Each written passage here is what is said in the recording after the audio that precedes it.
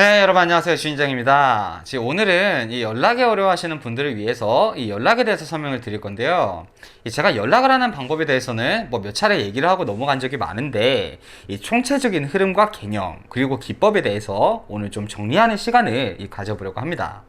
자, 먼저 오늘 강의는 일반 영상치고는 좀 더 체계적으로 교육을 해볼까 하는데, 먼저 이 상대방과 카톡을 하시면서 제가 이 가장 많이 실수를 하시는 부분들 이 세 가지를 제가 정리를 해봤습니다. 자, 첫 번째, 현재 관계에 맞지 않는 과교류를 원한다. 두 번째, 이 질보단 양이라는 식으로 연락의 이어짐에 집착을 한다. 세 번째, 질문 문장을 남발을 한다. 자, 여기 이 첫 번째 관계에 맞지 않는 과교류를 원한다를 보면 이게 가장 이 연락을 하다가 그 연락을 망하게 만드는 근본적인 원인이라고 얘기할 수 있는 부분인데, 이 밑에 있는 이 두 가지 문제도 사실 이 여기에서 파생이 되는 그런 문제들이라고 얘기할 수 있습니다. 자, 설명을 하자면 이제 연락을 할 때 이 나의 입장에서는 이 연락을 하는 이유가 결국은 내가 지금 상대방과 연인이 되고자 하는 이 목적성을 가지고 연락을 하죠.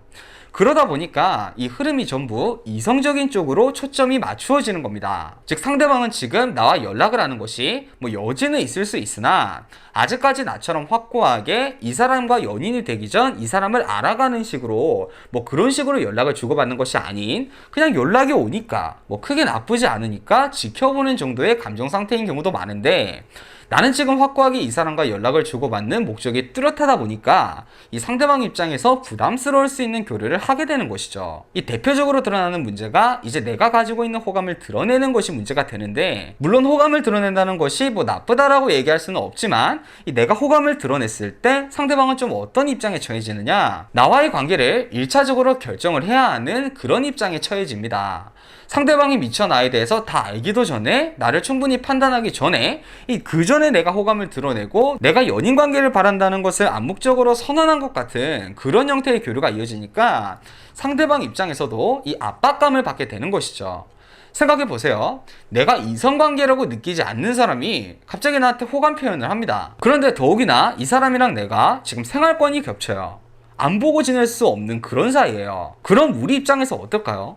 그 사람이 참 부담스럽겠죠. 상대방도 마찬가지로 우리가 이런 식의 접근을 한다면 마찬가지로 부담스러운 겁니다. 자, 그런데 여기서 제가 꼭 짚어드릴 부분이 뭐냐면, 제가 이렇게 설명을 하면 직접적인 호감 표현을 하지 않으면 되겠구나, 이렇게만 생각하는 경우가 있는데, 그게 아니라 여기서는 여러분 직접적인 호감 표현이 아니더라도 이 간접적인 호감 표현 그리고 이성적인 뉘앙스가 배어있는 말들이 있어요. 내가 당신에게 관심이 있어요, 이런 식으로 이 직접적인 선언을 하지 않더라도 이런 뉘앙스의 문장을 쓰면 그건 이성적인 내용인데, 이건 보통 관심 있는 사람이 그 사람에게 쓰는 표현인데, 혹은 썸과 같은 관계에서 쓰는 표현인데, 이런 느낌이 나는 문장들이 있잖아요. 그런 표현들 또한 이 사용을 조절해 주셔야 합니다. 예를 들면은 하루에 3번씩 식사 시간마다 저녁 먹었어요? 이런 식으로 물어본다고 쳐요. 우리가 보통 가까운 친구한테도 이 몇 끼 밥 먹었냐고 이렇게 물어보지 않아요. 그런데 우리가 이 사람한테 지금 이러고 있다? 그럼 상대방은 굳이 내가 직접 얘기하지 않아도 이 사람이 나한테 지금 관심이 있구나, 그래서 그러는구나, 알아차려 버리겠죠. 자, 그래서 이럴 때 필요한 것이 애당초에 이런 이상적인 뉘앙스가 느껴지는 주제를 좀 조절을 해가며 사용을 하는 것과, 우리가 이 상대방에게 이성적인 분위기를 내고자 하는 것이 아니라 실제 정보가 궁금해서 물어볼 수도 있잖아요. 그럴 때는 이 문장에서 느껴지는 이성적인 분위기를 중화를 시켜주는 것이 필요합니다. 자, 예를 들면은 제가 두 가지 예시를 준비를 했는데요.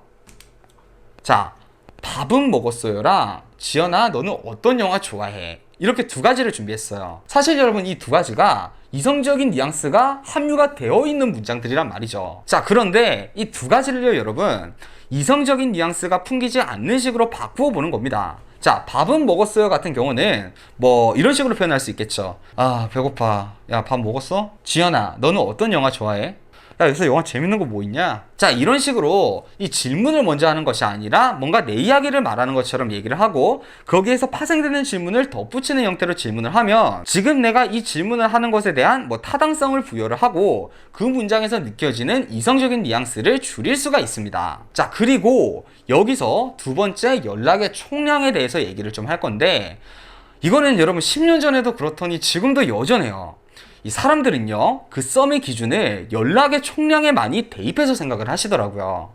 물론 연락의 총량이 많으면 뭐 교류가 많아지고 레포를 쌓는 것에 도움이 되지만, 사실 정확한 정의는 레포가 쌓이고 연락의 질이 좋으면 교류의 총량이 당연히 많아지는 것이지, 이 연락의 총량이 많다고 해서 상대방과 뭔가 레포가 쌓이고 긴밀한 사이가 된다고 얘기할 수는 없어요. 여기서 제가 여러분이 연락을 망치게 되는 여러분의 사고 과정에 대해서 설명을 드리면, 먼저 여러분의 목적은 이 사람이랑 연락을 많이 하는 거예요. 그러다 보니까 이 연락을 많이 하고 싶고 막 10분마다 막 티키타카가 이루어지고 이랬으면 좋겠는데, 내가 카톡을 보내면 상대방이 막 1시간, 2시간, 3시간 이렇게 답장이 안 오는 거예요. 아, 지금 나는 빨리 이 사람이랑 가까워져야 되고 그러기 위해서 연락을 많이 해야 되는데, 아, 이 사람이 답장이 안 와요. 그럼 수시로 이제 이 사람이 답장이 왔나 안 왔나 이런 거 보고 있다가 연락이 오면 또 칼답을 하는 겁니다.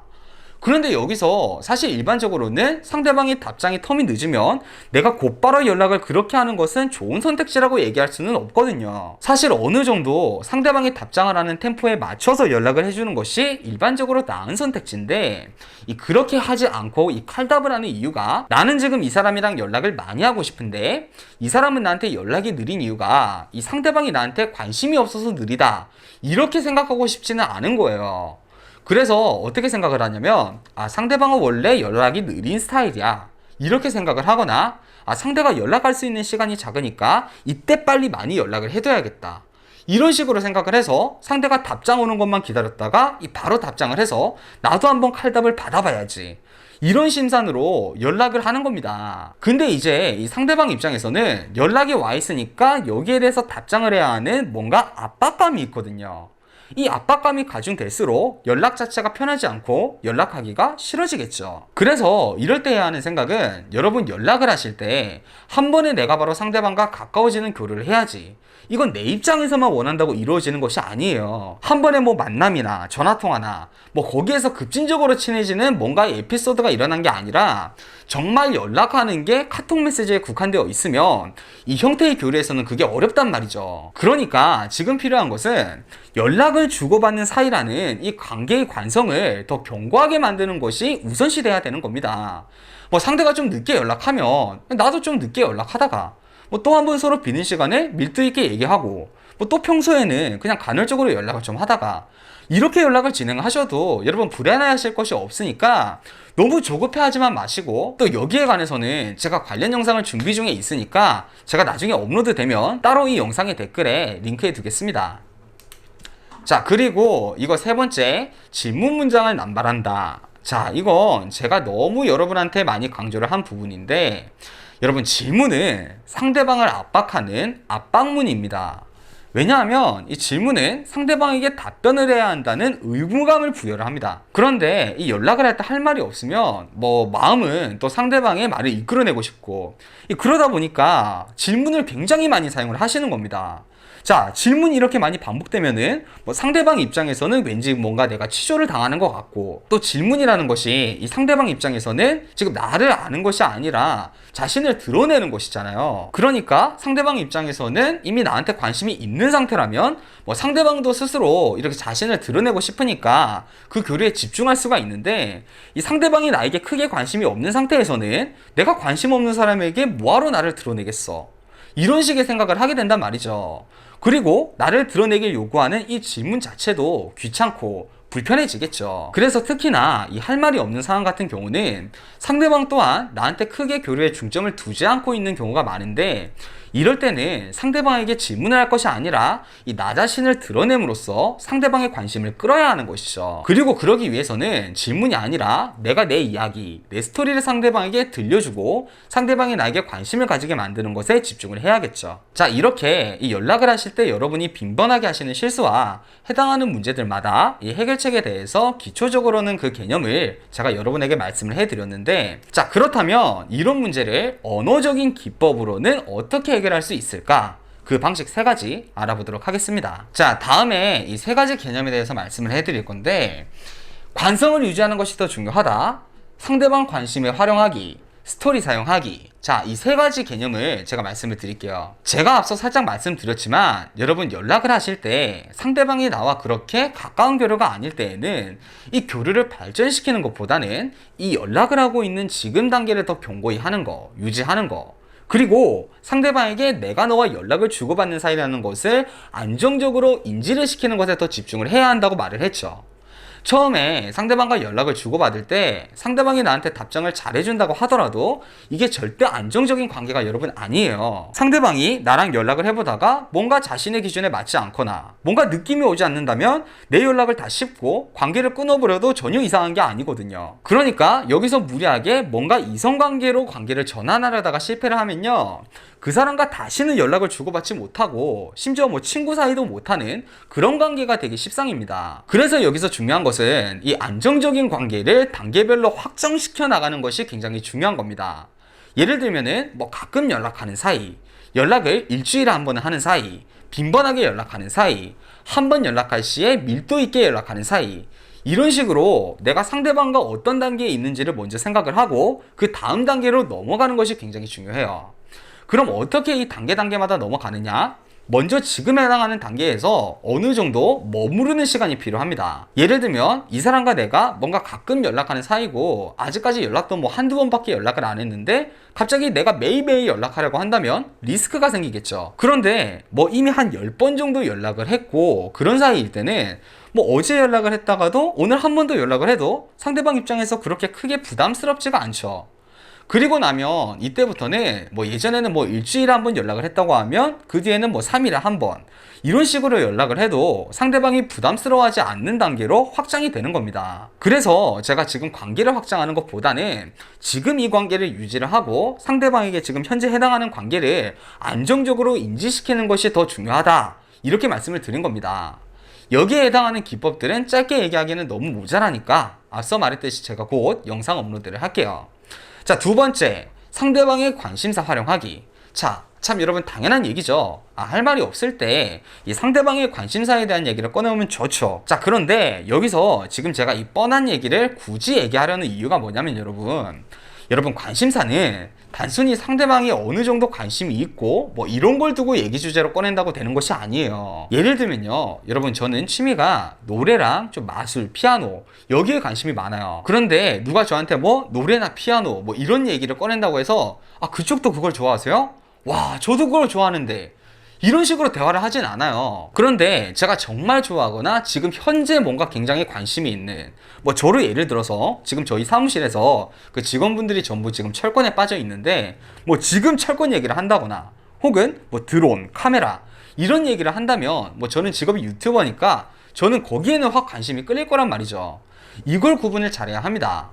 예를 들면은 상대방이 요새 강아지를 새로 분양을 받아서 푹 빠져 있어요. 그러면 뭐 내가 기르는 강아지라던가 뭐 강아지를 만들 수 있는 펠트라던가 이런 걸 얘기하는 것은 좋죠. 왜냐면 강아지 자체가 귀엽고 사랑스러운 그런 자극제가 되니까. 그런데 뭐 상대방이 그냥 적당히 관심이 있는 취미, 뭐 뮤지컬 보는 걸 좋아한다던가 영화 중에 뭐 액션 영화를 좋아한다던가 이런 주제는 물론 관심이 없는 주제보다야 낫지만 상대방의 구미가 확 당기게 하는 그런 주제로 꺼내오기는 어렵다는 것이죠. 자, 근데 이렇게 얘기할 수 있어요. 근데 저는 그렇게까지 제가 좋아하지 않더라도 뭐 제가 관심 있는 주제만 꺼내도 좀 나쁘지 않던데? 자, 맞아요 여러분, 나쁘지 않아요. 그런데 이 상대방의 반응이 평균도 안 될 때 있잖아요. 상대방이 나하고 이 최소한 교류할 의지가 있으면 이 웬만한 주제로도 얘기를 하는 입장에서는 저 정도의 관심사 주제를 써도 좋지만 이 상대방의 반응이 정말 미적지근할 때는 우리는 꼭 확 끌리는 주제를 쓰는 것이 더 효과적이라는 것이죠. 그래서 여러분 상대방한테 이 정보를 얻는 게 굉장히 중요한 겁니다. 단순히 상대방이 관심 있는 것이 무엇인가가 아니라 지금 현재 상대방이 진짜 몰입해 있는 그런 관심사가 무엇인가, 이걸 알아야 상대방의 반응을 확 이끌어낼 수 있다는 것이죠. 자, 이걸 아는 방식은 제가 업로드를 지금 하고 있는 이 사랑 언어학 2강 특유 질문을 참조하시면 되겠습니다. 자, 세 번째, 스토리 사용하기. 앞서 말씀드렸듯이 이 상대방에게 할 말이 없는 경우는 일반적으로 상대방 또한 나에게 능동적으로 자신의 이야기를 들려주는 상황이 아닌 그런 경우가 많은데, 우리가 대화를 이끌어내기 위해서 질문을 남발하는 그런 경우가 많다고 말씀을 드렸죠. 이럴 때는 이 질문보다 나를 상대방에게 드러낼 수 있는 나의 스토리를 말하는 것이 더 효과적이다. 이렇게 말씀을 드렸는데 여기서 제가 드릴 말은요. 여러분 스토리를 사용하실 때 포커스를 상대방이 순간적으로 몰입할 수 있게 두셔야 해요. 이게 생각해보면요. 몇 가지 선택지가 없어요. 정말 내가 말한 스토리가 웃기거나 재밌거나 아니면 앞서 얘기했던 관심사에 관한 스토리라거나 혹은 뭐 감동적인 인간미가 정말 확 느껴지는 그런 거라던가 이 정도 바운더리밖에 없는데 여러분이 스토리를 사용하실 때 이 가장 큰 실수를 하시는 게 이 내 이야기를 하다가 또 뭔가 이성적인 측면으로 접어드는 겁니다. 예를 들면 내 이야기를 하는데 과거에 내가 처음 겪은 연애사에 대한 이야기를 하고 향후 연애에서 내가 바라는 것들을 밝히려고 한다던가 아니면 내가 연애를 할 때 얼마나 당신에게 헌신적으로 연애할 수 있는지를 얘기하려고 한다던가 이런 식으로 흘러갈 게 아니라 정말 그냥 그 스토리 자체로 그 사람이 흥미롭고 구미가 당길 수 있는 그런 소재 스토리를 활용을 하셔야 합니다. 그게 훨씬 더 나를 드러내는 단서가 되고 이 상대방도 이 나에 대해서 알아가는 그런 단서가 되니까 훨씬 더 효과적인 방법론이 되는 것이죠. 즉 스토리를 사용하실 때는 내 라이프 스타일이나 내 사상들, 생각들 이런 것들을 드러내는 것에 집중을 하셔야 되는 거지 지금 상대방과 나 이 관계에 관한 스토리를 얘기하실 게 아니에요. 자, 이런 스토리를 만드는 방법은 사랑원학 4강 로열 스토리텔러 7강 마인레이어 강의 한번 참조해 보시면 되겠습니다. 자, 여러분 오늘 제가 여러분에게 해드리고 싶은 얘기가 모두 끝이 난 것 같아요. 사실 카톡에 대해서 오늘 얘기를 했지만 뭐 관계를 이끌어 나가는 부분에 대해서 뭐 디테일의 차이가 있기 때문에 거기에 포커스를 맞춘 것이지 뭐 대화를 뭐 카톡, 전화, 만남 이렇게 크게 나눌 것은 여러분 굳이 아니에요. 이 교류를 이어간다는 맥락에 대해서는 뭐 거의 동일하니까 오늘 배우신 내용을 굳이 카톡이 아니더라도 뭐 회사에서 관심 있는 사람한테 학교에서 관심 있는 사람한테 뭐 이런 상황에서도 바꿔서 충분히 적용이 가능한 거니까 오늘 강의는 뭐 외우거나 그런 것보다는 이 흐름을 이해하고 넘어가시는 것이 중요하다. 이렇게 여러분에게 말씀을 드리고 싶습니다. 자, 여러분 오늘은 여기까지고요. 다음 시간에 또 우리 연애의 지식에 대해서 알아보도록 합시다. 자, 여러분 오늘도 행복한 연애 하세요.